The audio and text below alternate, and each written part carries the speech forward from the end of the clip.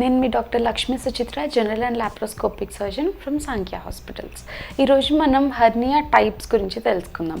అంటే హర్నియా ఎన్ని రకాలుగా ఉంటుంది అన్న విషయం గురించి మనం ఈరోజు తెలుసుకుందాం. సో మనకు అసలు ఈ హర్నియా అంటే ఏంటి అంటే, నేను ఇదివరకు వీడియోస్లో చెప్పినట్టు, సో మనకి హర్నియా అంటే ఏదన్నా అబ్నార్మల్ థింగ్ ఒక అబ్నార్మల్ హోల్లోంచి బయటికి వస్తే దాన్నే హర్నియా అని అంటాము.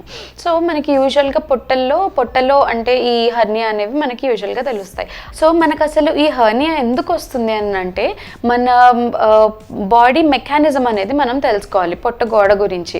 అంటే ఏంటంటే, మన పొట్ట గోడలో మజిల్స్ అనేవి ఉంటాయి. సో ఈ మజిల్స్ ఏం చేస్తాయంటే, పొట్ట లోపల ఉండే ఆర్గాన్స్ అంటే పేగులు, అవయవాలు, ఇవన్నిటిని లోపలే ఉంచి ప్రొటెక్ట్ చేస్తూ ఉంటాయి అన్నమాట మజిల్స్. అంటే గమ్మున మనకి బయట నుంచి ఏదన్నా ప్రెషర్ పడినా, అంటే సపోజ్ ఎవరన్నా గుద్దినా, ఏదన్నా దెబ్బ తగిలినా లోపల ఉండే అవయవాలు అంటే ఈ మనకి పేగులు, organs, liver, pancreas, spleen, kidneys, so ఇలాంటివి ఏవి పాడు కాకుండా మన మజిల్స్ అనేవి మనకి ప్రొటెక్ట్ చేస్తాయి అన్నమాట. సో ఇలా మనకి మన బాడీలో మొత్తం ప్రొటెక్ట్ చేసే మెకానిజం ఉంటుంది. అంటే సపోజ్ చెస్ట్లో అనుకోండి, చెస్ట్ లోపల మనకి లంగ్స్ ఉంటాయి. సో లంగ్స్, హార్ట్ ఉంటాయి. సో వీటిల్ని ప్రొటెక్ట్ చేస్తూ మనకి రిబ్ కేజ్ అనేది ఉంటుంది అనమాట, బోన్. అలాగే మన బ్రెయిన్ని ప్రొటెక్ట్ చేస్తూ స్కల్ ఉంటుంది, అది కూడా బోన్. కానీ పొట్టలో ఏమవుతుందంటే మనకి బోన్ ఉండదు, మజిలే స్ట్రాంగ్ మజిల్స్ ఉంటాయి అన్నమాట. సో ఈ మజిల్స్ అనేవి మన పొట్ట లోపల ఉండే అవయవాల్ని, పేగుల్ని ప్రొటెక్ట్ చేస్తూ ఉంటాయి. సో ఎప్పుడైతే ఈ మజిల్స్ అనేవి వీక్ అవ్వడం కానీ, ఈ మజిల్స్లో ఏదన్నా డిఫెక్ట్ అంటే హోల్ లాంటిది ఏదన్నా పడ్డం కానీ, లేదా న్యాచురల్గానే మన పొట్ట గోడలో కొన్ని హోల్స్ అనేవి ఉంటాయి. సో ఆ హోల్స్ పెరగడం వల్ల కానీ, సో ఈ ఏదన్నా కండిషన్స్ వస్తే మన పొట్ట లోపల ఉండే అవయవాలు, భాగాలు అవన్నీ ఆ హోల్ నుంచి బయటికి ప్రొట్రూడ్ అయ్యి, అంటే పొడుచుకుని బయటికి వస్తాయి అన్నమాట. సో దాన్నే మనం హర్నియా అని అంటాం. సో ఇప్పుడు ఆ డిఫెక్ట్ నుంచి ఏవేవి బయటికి రావచ్చు అంటే, మనకి లేయర్స్ ఆఫ్ అబ్డామినల్ వాల్ ఏంటంటే, ఫస్ట్ బయట భాగంలో చూసుకుంటే స్కిన్ ఉంటుంది, దాని వెనకాల ఫ్యాట్ ఉంటుంది అనమాట, దాని వెనకాల ఫేషియా, పెరిటోనియం అండ్ అదే మసిల్స్, పెరిటోనియం. ఆ తర్వాత పెరిటోనియం అనే ఒక చిన్న పొర వెనకాల మనకి పేగులు, అవయవాలు అన్నీ ఉంటాయి. సో ఎప్పుడైతే మనకి మసిల్స్లో డిఫెక్ట్ ఏదన్నా వచ్చిందో, అంటే సపోజ్ ఇది మన మసిల్స్ అనుకోండి, సో ఈ మసిల్ మనకి మామూలుగా ఇలా ప్రొటెక్ట్ చేస్తూ ఉంటుంది. సో ఎప్పుడైతే ఈ మజిల్ వీక్ అవుతుందో, అందులో ఒక చిన్న హోల్ లాగా ఫామ్ అవుతుంది. సో ఈ హోల్లోంచి పైన ఉండేది మనకి స్కిన్. సో ఈ హోల్లోంచి ఈ మధ్యలో ఉండే ఫ్యాట్ ఎప్పుడైతే మనకి పొట్ట లోపల ప్రెషర్ పెరిగిందో, సో ఈ మసిల్లోంచి ఆ ప్రెషర్ అనేది వచ్చి ఈ మధ్యలో ఉండే ఆ ఫ్యాట్ని స్కిన్ కిందకి ఇలా ప్రొట్రూడ్ చేస్తూ ఉంటుంది అనమాట. సో ఇనీషియల్ స్టేజెస్లో ఏమవుతుందంటే జస్ట్ ఫ్యాట్ ఒకటి ప్రొట్రూడ్ అవుతూ ఉంటుంది. దాని తర్వాత ఏమవుతుందంటే మనకి అంటే ఇంకా అబ్డామిన్లో, అంటే మన పొట్టలో ప్రెషర్ కనుక ఇంకా పెరుగుతూ ఉన్నట్లయితే మనకి పెరిటోనియం అనే ఒక పొర వెనకాల ఒమెంటమ్ అనే ఇంకొక ఫ్యాట్ లేయర్ ఉంటుందన్నమాట. సో ఈ ఫ్యాట్ లేయర్ ఏం చేస్తుందంటే మన ఇంటెస్టైన్, పేగుల్ని, వాటిని ప్రొటెక్ట్ చేస్తూ ఉంటుందన్నమాట. సో మీ పొట్ట లోపల ప్రెషర్ పెరిగినప్పుడు ఇనీషియల్గా, అంటే స్టార్టింగ్ స్టేజెస్లో మనకి బయటికి వచ్చే బొడుపు ఏదైతే ఉంటుందో దాంట్లో ఉండేది ఈ ఒమెంటమ్ అనమాట, అంటే ఫ్యాట్. తర్వాత ఏమవుతుంది అంటే, ఇంకా మనకి ఇలా పొట్టలో ప్రెషర్ పెరుగుతూ ఉంటే ఇనీషియల్గా ఫ్యాట్, ఆ ఒమెంటమ్ బయటికి వస్తుంది. తర్వాత పేగులు కూడా ఆ హోల్లోంచి బయటికి వచ్చి మళ్ళీ లోపలికి వెళ్ళిపోవడం అనేది జరుగుతూ ఉంటుంది అనమాట. సో దీన్నే మనం హర్నియా అని అంటాం. సో మనకి ఈ హర్నియాస్ అనేవి చాలా రకాలు ఉంటాయన్నమాట. కొన్ని ఇంటర్నల్ హర్నియాస్ అంటాము, కొన్ని ఎక్స్టర్నల్ హర్నియాస్ అంటాము. సో మనం బేసికల్లీ ఈరోజు ఇంటర్నల్ హర్నియాస్ గురించి తెలుసుకుందాం. అవి ఎలా వస్తాయి, ఎన్ని రకాలు ఉంటాయి అనే దాని గురించి ఈరోజు మనం మాట్లాడుకుందాం. సో ఇంటర్నల్ హర్నియాస్లో కామన్గా వచ్చేది ఏంటి అని అంటే, ఈ umbilical hernias and inguinal hernias అనమాట. సో అంబిలికల్ హర్నియా అంటే ఏంటి అని అంటే, మనకి బొడ్డు దగ్గర ఏదైతే స్వెల్లింగ్ వస్తుందో దాన్ని మనం అంబిలికల్ హర్నియా అని అంటాము. సో కొంతమందిలో ఏమవుతుందంటే, చిన్న పిల్లల్లో అనమాట, అప్పుడే పుట్టిన పిల్లల్లో ఇలా బొడ్డు దగ్గర హర్నియాస్ అంటే స్వెల్లింగ్ లాగా, అంటే ఏంటంటే పిల్లలు ఏడ్చినప్పుడు కానీ, లేదా వాళ్ళు ఫుడ్ తీసుకున్న తర్వాత కానీ, ఎప్పుడన్నా అంటే వాళ్ళు మోషన్కి వెళ్తున్నప్పుడు కానీ, ఈ పొట్టలో ఏదైతే ప్రెషర్ పెరిగే యాక్టివిటీస్ ఉంటాయి. అలా చేసినప్పుడు ఏమవుతుందంటే బొడ్డు దగ్గర ఒక చిన్న బొడుపులాగా వచ్చి మళ్ళీ దాని అంతటా అదే లోపలికి వెళ్ళిపోతుంది. సో దీన్ని మనం కంజనైటల్ అంబిలికల్ హెర్నియా అని అంటాం. ఎందుకు చిన్నపిల్లల్లో వస్తుంది అని అంటే మన మొత్తం పొట్ట గోడలో మనకి కొన్ని వీక్ పాయింట్స్ ఉంటాయన్నమాట. అవి ఎక్కడ ఉంటాయి అని అంటే ఒకటేమో బొడ్డు దగ్గర ఉంటుంది, ఇంకో 2 గజ్జల్లో ఉంటాయన్నమాట. సో మనకి ఈ బొడ్డు దగ్గర వీక్ పాయింట్ అనేది ఉంటుంది. కాబట్టి వీక్ పాయింట్ అంటే నథింగ్ బట్ మసిల్ అనమాట. ఆ మసిల్ కొంచెం డిఫెక్టివ్గా ఉంటుంది, అంటే పల్చగా ఉంటుంది అక్కడ మసిల్. కొంతమందికి పల్చగా ఉంటుంది, కొంతమందికి అసలు ఉండదు. సో దానివల్ల ఏమవుతుందంటే అక్కడ ప్రొటెక్షన్ బ్యారియర్ అనేది హ్యాంపర్ అవుతుంది అనమాట. అంటే అక్కడ ప్రాపర్గా ప్రొటెక్షన్ అనేది ఉండదు. మసిల్ మనకి ఏదైతే ప్రొటెక్ట్ చేస్తుందో ఆ ప్రొటెక్షన్ అనేది ఆ బొడ్డు దగ్గర ఉండదు అనమాట. సో ఎక్కడైతే మనకి ప్రొటెక్షన్ లేదో దాన్ని డిఫెక్టివ్ ఏరియా అని అంటాం అనమాట. సో ఆ డిఫెక్ట్ నుంచి పిల్లలు ఏడ్చినప్పుడు లేదా మోషన్కి వెళ్ళినప్పుడు లేదా ఇంకేదన్నా అంటే పొట్టలో ప్రెషర్ పెరిగే యాక్టివిటీస్ అవి చేసినప్పుడు ఏమవుతుంది అంటే ఆ లోపల నుంచి ఈ పేగులు లేకపోతే ఈ ఒమెంటం అంటే ఫ్యాట్ అన్నాను కదా, ఇవి ఇలా బయటికి ప్రొట్రూడ్ అయ్యి మళ్ళీ లోపలికి వెళ్ళిపోతూ ఉంటాయి అన్నమాట. దీన్ని చిన్నపిల్లల్లో పుట్టుకతో ఉంటుంది కాబట్టి దీన్ని కంజనైటల్ అంబిలికల్ హెర్నియా అని అంటాం. ఇదే అంబిలికల్ హెర్నియా పెద్దవాళ్ళల్లో కూడా వచ్చే అవకాశం ఉంటుంది. సో అసలు ఎందుకు వస్తాయి ఈ హెర్నియాస్ అంటే మనకి ఎప్పుడైతే పొట్టలో ప్రెషర్ పెరుగుతుందో అప్పుడు ఈ హెర్నియాస్ వచ్చే అవకాశం ఉంటుంది. సో నార్మల్గా పొట్టలో కొంత అమౌంట్ ఆఫ్ ప్రెషర్ ఎప్పుడూ ఉంటూనే ఉంటుంది అనమాట. సో ఎప్పుడైతే ఆ ప్రెషర్ ఎక్కువయ్యి కాన్స్టెంట్గా ఎక్కువ అవుతూ ఉంటుందో ఆ ప్రెషరు, అప్పుడు మనకు హెర్నియా వచ్చే ఛాన్సెస్ ఉంటాయి. ఎలాగంటే లైక్ క్రానిక్ కాఫ్, అంటే చాలా రోజుల పాటు దగ్గుతూ ఉన్నారనుకోండి, సో పొట్టలో ప్రెషర్ ఎక్కువ అవుతూ ఉంటుంది అనమాట. ఈ దగ్గిన ప్రతిసారి పొట్టలో ప్రెషర్ ఎక్కువ అవుతూ ఉంటుంది. సో అలాగే వామిటింగ్స్, కొంతమందిలో ఏంటంటే కావాలని వామిటింగ్ చేసుకుంటూ ఉంటారు. అది కొన్ని సైకలాజికల్ కండిషన్స్లో కూడా మనం ఈ కావాలని వామిటింగ్ చేసుకునేవన్నీ చూస్తూ ఉంటాం అనమాట. సో ఇలాంటి కండిషన్స్లో క్రానిక్ కాన్స్టిపేషన్లో ఏమవుతుందంటే ముక్కుతారనమాట. ముక్కినప్పుడు మోషన్ ఫ్రీగా అయిపోవడానికి ముక్కుతారు. సో ముక్కినప్పుడు ఏమవుతుందంటే పొట్టలో ప్రెషర్ అనేది ఎక్కువ పెడతారనమాట, సో దట్ మోషన్ అనేది బయటికి వెళ్ళిపోవడానికి.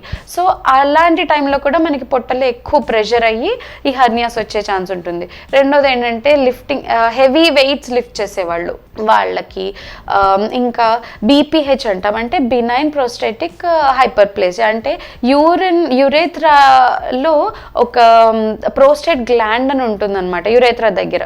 సో ఆ ప్రోస్టేట్ గ్లాండ్ పెరిగినప్పుడు మగవాళ్ళల్లో ఏమవుతుందంటే యూరిన్ పాస్ చేయడానికి చాలా ఇబ్బంది పడుతూ ఉంటారనమాట. అది యూజువల్లీ ఏజ్డ్ అనమాట, అంటే అరౌండ్ అబవ్ 40-50 ఇయర్స్ వాళ్ళల్లో మనం కామన్గా చూస్తుంటాం అనమాట ఇది. సో ఇలాంటి వాళ్ళల్లోనూ ఇంకా ఏజ్ పరంగా కూడా ఏజ్ పెరిగే కొద్దీ మజిల్స్ అనేవి నార్మల్గా కూడా కొంచెం వీక్ అవుతూ ఉంటాయి అన్నమాట. సో ఏజ్ పెరిగే కొద్దీ మనం ఇలాంటివి చూస్తాము. సో ఇంకొకటి ఏంటంటే కనెక్టివ్ టిష్యూ డిసార్డర్స్, అంటే స్వతహాగా పేషెంట్కి వాళ్ళ బాడీలో మజిల్స్ అనేవి వీక్గా ఉంటాయి. సో అవి కనెక్టివ్ టిష్యూ డిసార్డర్స్ అని అంటారనమాట. సో అలాంటి కండిషన్స్లో ఇంకొకటి ఏంటంటే ఇన్సిషనల్ హెర్నియాస్ అని ఉంటాయి. ఇన్సిషనల్ హెర్నియాస్ అంటే ఏంటంటే ఎక్కడైతే అంటే అంతకుముందు ఏదన్నా ఆపరేషన్స్ అయితే పొట్టకి, సో అక్కడ ఏం చేస్తారంటే ఎనీ ఆపరేషన్ అయినప్పుడు పొట్టని పెద్దగా కట్ చేస్తారు. సో కట్ చేసి మళ్ళీ కుట్లు వేస్తారు. కానీ ఎప్పుడైతే మనం కట్ చేసి కుట్లు వేసామో ఆ వేసిన కుట్టుకి ఎంత బాగా కుట్టు వేసినా సరే 100% స్ట్రెంగ్త్ అనేది రాదు. అంటే మనం ఎప్పుడైతే కుట్టు వేస్తామో కుట్టు వేసినప్పుడు 50% స్ట్రెంగ్త్ మాత్రమే వస్తుందన్నమాట. సో 1-2-3 months అలా అయ్యే కొద్దీ నెమ్మదిగా 80%, 90%, 95% వరకు వస్తుంది తప్పితే 100% మనకి ఆపరేషన్కి ముందు ఎంతైతే స్ట్రెంగ్త్ ఉందో ఆపరేషన్ తర్వాత అంత స్ట్రెంగ్త్ అనేది రాదు. సో అప్పుడు కూడా మనకి వీక్ పాయింట్స్ అనేవి ఉంటుంటాయి అనమాట. సో ఈ కండిషన్స్లో మనకి హెర్నియా వచ్చే అవకాశం ఉంటుంది. సో నేను ఇందాక చెప్పినట్టు ఈ వీక్ కండిషన్స్ ఏవైతే ఉన్నాయో, సో ఈ కండిషన్స్లో మనకి బాడీలోనే స్వతహాగా కొన్ని డిఫెక్టివ్ పాయింట్స్ ఉంటాయి. ఎలాగంటే అంబిలికస్ దగ్గర, గజ్జల్లో. సో ఈ డిఫెక్టివ్ పాయింట్స్ నుంచి మనకి హర్నియా అనేది వస్తుంది అనమాట. ఒకవేళ ఇదే డిఫెక్ట్ కనుక అంటే ఇదే స్వెల్లింగ్ మనకి బొడ్డు దగ్గర వచ్చింది అని అంటే దాన్ని అంబిలికల్ హర్నియా అని అంటాం. అదే డిఫెక్ట్ ఒకవేళ గజ్జల్లో వచ్చింది అనుకోండి దాన్ని ఇంగ్వైనల్ హర్నియా అని అంటాం. సో ఈ ఇంగ్వైనల్ హర్నియా అనేది అంటే గజ్జల్లో వాపు అనేది మనం యూజువల్గా మగవాళ్ళల్లో ఎక్కువ చూస్తుంటాం అనమాట. తర్వాత కొన్నిసార్లు తొడల పై భాగంలో అంటే గజ్జలకి జస్ట్ కింద కూడా మనకి స్వెల్లింగ్ వచ్చే అవకాశం ఉంటుందన్నమాట. సో దాన్ని ఫెమోరల్ హర్నియాస్ అంటాము. తర్వాత ఎపిగాస్ట్రిక్ హర్నియా. ఎపిగాస్ట్రిక్ హర్నియా అంటే బొడ్డుకి పై భాగంలో అంటే ఛాతికి బొడ్డుకి మధ్యలో మనకి హర్నియాస్ వస్తుంటాయి, అంటే వాపుల్లాగా వస్తుంటాయి. దాన్ని ఎపిగాస్ట్రిక్ హర్నియా అని అంటుంటాం. సో ఈ ఎపిగాస్ట్రిక్ హర్నియాలో ఏమవుతుందంటే పెయిన్ అనేది చాలా సివియర్గా ఉంటుందన్నమాట నార్మల్ వేరే హర్నియాస్తో కంపేర్ చేస్తే. ఎందుకు అనంటే ఎపిగాస్ట్రిక్ హర్నియాస్లో మెయిన్గా అవి ఏమవుతాయంటే చిన్న హోల్ అనేది చాలా చిన్నగా ఉంటుందన్నమాట ఆ ఎపిగాస్ట్రిక్ రీజియన్లో. సో ఎప్పుడైతే డిఫెక్ట్ వస్తుందో అంటే హోల్ అనేది ఫామ్ అవుతుందో చాలా చిన్నగా ఫామ్ అవుతుంది. సో అప్పుడు ఏమవుతుందంటే దాని వెనకాల ఉన్న ఒమెంటం అంటే ఆ ఫ్యాట్ అనేది ఆ చిన్న హోల్లోకి వెళ్ళి అడ్డుకుపోతుంది. సో అడ్డుకుపోవడం వల్ల సివియర్ పెయిన్ అనేది వస్తుంది అనమాట. సో యూజువల్లీ ఎపిగాస్ట్రిక్ హర్నియాస్ చాలా పెయిన్ఫుల్గా ఉంటాయి. ఇంకా కొన్ని రకాలు ఏంటంటే పొట్టలో కొంచెం సైడ్కి వచ్చేవి స్పైజీలియన్ హర్నియాస్, లేదా ఇంకా లేటరల్ మోస్ట్గా వచ్చేవి మనకి వెనకాల అంటే పొట్టకి వెనకాల భాగంలో వచ్చేవి లంబార్ హర్నియాస్ అనమాట. సో ఇలాగా ఒక్కొక్క ప్లేస్లో వచ్చే హర్నియాస్ని ఒక్కొక్కలాగా డిఫైన్ చేశారనమాట. లైక్ ఎపిగాస్ట్రిక్ హర్నియా అని, స్పైజీలియన్ హర్నియా అని, లంబార్ హర్నియాస్ అని చెప్పి, ఆబ్చురేటర్ హర్నియాస్ అని చెప్పి. సో ఇలా డిఫరెంట్ టైప్స్ ఆఫ్ హర్నియాస్ ఉంటాయి. సో ఈ హర్నియాస్ ఏంటంటే మనకి బయటకి ప్రొట్రూడ్ అయ్యి ఉంటాయి అన్నమాట. కొన్ని హర్నియాస్ ఏమవుతాయంటే పొట్ట లోపలే ఉంటాయి అన్నమాట. సో ఇలాంటి బయటికి వాపుల్లాగా తెలియవు. అవి ఏ హర్నియాస్ అంటే ఒకటి హైయేటస్ హర్నియా. అంటే ఏంటంటే మన ఛాతిని పొట్టని సెపరేట్ చేస్తూ మనకి డయాఫ్రమ్ అనే ఒక పొర ఉంటుందన్నమాట. సో ఇదంతా చెస్ట్, ఇదంతా అబ్డామెన్ అనమాట, అంటే మన పొట్ట భాగం. సో ఇవి రెండింటిని సెపరేట్ చేస్తూ ఒక చిన్న పొర ఉంటుంది, దాన్ని డయాఫ్రమ్ అని అంటారనమాట. సో ఈ డయాఫ్రమ్లో ఏమవుతుందంటే చిన్న చిన్న హోల్స్ ఉంటాయి. సో ఆ హోల్స్లోంచి మనకి ఈసోఫేగస్ అంటే ఇలా అన్నవాహిక ఇలా వెళ్తూ ఉంటుంది అనమాట. తర్వాత మనకి అయోటా అనేది వెళ్తూ ఉంటుంది. సో ఇలాంటివి పాస్ అవుతూ ఉంటాయి అన్నమాట ఈ డయాఫ్రమ్ నుంచి. సో ఏమవుతుందంటే ఆ డయాఫ్రమ్లోంచి ఇలా అన్నవాహిక ఇలా పాస్ అయ్యి ఇక్కడ స్టమక్ లాగా పెద్దగా ఎన్లార్జ్ అవుతుంది అనమాట. సో ఇప్పుడు ఏమవుతుందంటే ఎప్పుడైతే మనకి ఈ డయాఫ్రమ్లో ఈ హోల్ అనేది పెద్దగా అయిపోయిందో అప్పుడు పొట్టలో ప్రెషర్ పెరిగినప్పుడు ఈ స్టమక్ అనేది ఇలా ఈ హోల్లోంచి ఇలా చెస్ట్ లోపలికి ప్రొట్రూడ్ అయ్యి వస్తుంది అనమాట. సో ఇలా ప్రొట్రూడ్ అవ్వడాన్ని హైయేటస్ హర్నియా అని అంటాము. సో ఎప్పుడైతే పేషెంట్స్కి ఇలా హైయేటస్ హర్నియా వచ్చిందో అప్పుడు పేషెంట్స్కి రిగర్జిటేషన్ అంటే తిన్నది నోట్లోకి వచ్చేయడము, గ్యాస్ట్రైటిస్ ప్రాబ్లమ్స్, తిన్నది అరక్కపోవడము, సో ఇలాంటి సిమ్టమ్స్ అన్నీ చాలా ఎక్కువ ఉంటాయన్నమాట. ఇంకొక రకం ఏంటంటే diaphragmatic hernia. So diaphragmatic hernia అని అంటే నేను ఇందాక చెప్పినట్టు ఇది డయాఫ్రమ్. సో అంటే పైన చెస్ట్ని కింద పొట్ట భాగాన్ని సెపరేట్ చేసేది.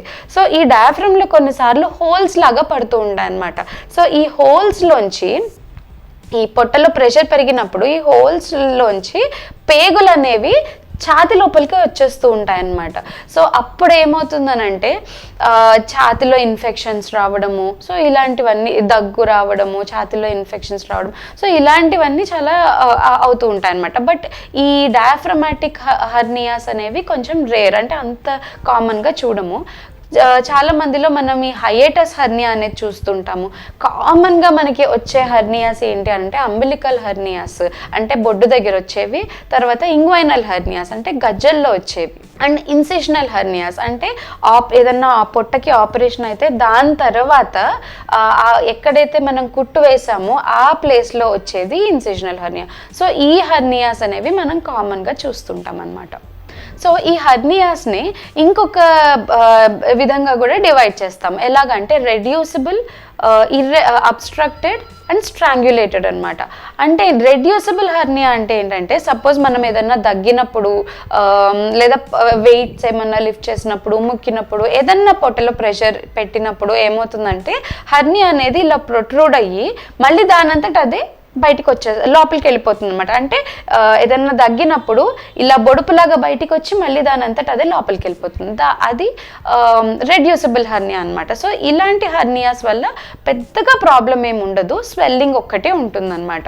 సో పేషెంట్ స్వెల్లింగ్ ఒక్కటే కంప్లైంట్ చేస్తారు. ఇంకొకటి ఏంటంటే అబ్స్ట్రక్టెడ్ హర్నియా. అంటే ఏంటంటే దగ్గినప్పుడు ఇలా పొట్టలో ప్రెషర్ పెరిగినప్పుడు హర్నియా అనేది ఇలా బయటికి ప్రొట్రూడ్ అయ్యి వచ్చి అక్కడ అడ్డుకుపోతుంది, మళ్ళీ లోపలికి వెళ్ళదు.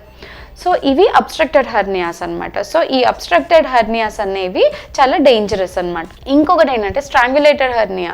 అంటే ఏంటంటే అబ్స్ట్రక్టెడ్ దగ్గినప్పుడు పొట్టలో ప్రెషర్ పెరిగినప్పుడు హర్నియా అనేది బయటికి ప్రొట్రూడ్ అయ్యి అక్కడ ఆగిపోయి దాని లోపల పేగు ఏదైతే ఉందో అది కూడా పాడైపోవడం స్టార్ట్ అవుతుంది అనమాట. అంటే దానికి ఆ పేగుకి బ్లడ్ సప్లై ఆగిపోయి ఆ పేగు పాడైపోవడం స్టార్ట్ అవుతూ ఉంటుంది అనమాట. సో దాన్ని స్ట్రాంగ్యులేటెడ్ హర్నియా అంటారు. అబ్స్ట్రక్టెడ్ హర్నియాలో జస్ట్ అబ్స్ట్రక్ట్ అయ్యి ఉంటుంది కానీ పేగు మాత్రం బాగానే ఉంటుంది. అది తర్వాత అంటే అబ్స్ట్రక్షన్ అలాగే కంటిన్యూ అవుతూ, మనం సరైన ట్రీట్మెంట్ తీసుకోకుండా ఆ అబ్స్ట్రక్షన్ అలాగే కంటిన్యూ అవుతూ ఉంటే, అంటే మనం ట్రీట్మెంట్ కనుక డిలే చేసినట్టయితే అప్పుడు అబ్స్ట్రక్షన్ అనేది స్ట్రాంగ్యులేషన్ మోడ్లోకి వెళ్ళిపోతుంది అనమాట. అంటే ఏదైతే పేగు అడ్డుకుందో దానికి రక్త ప్రసరణ అనేది తగ్గిపోయి పేగు కూడా పాడైపోవడం జరుగుతుంది. సో ఇలాంటి కండిషన్స్లో పేషెంట్కి చాలా పెయిన్ రావడము, తర్వాత కొన్నిసార్లు ఫీవర్ రావడము, ఎక్కడైతే బొడుపులాగా వచ్చిందో అక్కడ స్కిన్ అనేది కొంచెం కలర్ మారుతూ ఉండడము. సో ఇలాంటి కండిషన్స్ అన్నీ చూస్తామన్నమాట. సో ఈ హర్నియా రకాల గురించి మీకు ఇంకేమైనా డౌట్స్ ఉంటే కింద స్క్రోల్ అవుతున్న నెంబర్కి కాల్ చేయండి. Thank you.